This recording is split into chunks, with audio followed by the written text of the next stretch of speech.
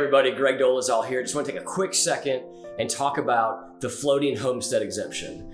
If you're anything like I was just a couple years ago, you frankly have no idea what the floating homestead is, and that's okay. We're going to talk about it right here. I want you to think about a floating homestead exemption as a coupon. We all probably use coupons in our life, and I want you to think about that analogy. But before we talk about how that's applied, let's talk about how taxes are calculated.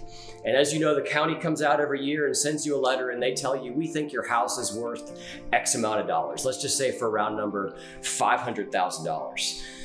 To calculate your taxes, they take that $500,000, multiply it by 40%, subtract the homestead exemption, multiply it by the millage rate, and that's what your tax bill is going to be. The beauty of the floating homestead exemption is that as your property tax value goes up, so does your homestead exemption, so does your coupon.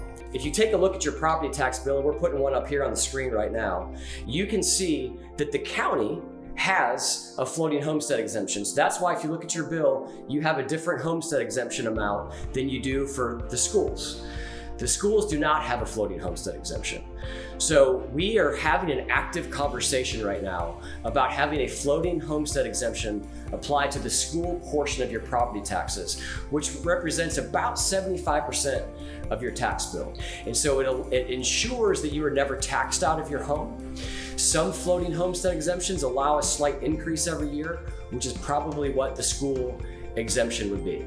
So how does it pass? What's the process? We are in active conversation, the delegation, with the Board of Education, and the Board of Education typically would send a resolution to the state delegation down at the Capitol, of which I'm a part. We would then introduce legislation to allow you as the voter to vote on final passage. So I would encourage you to let us know what you think about this idea.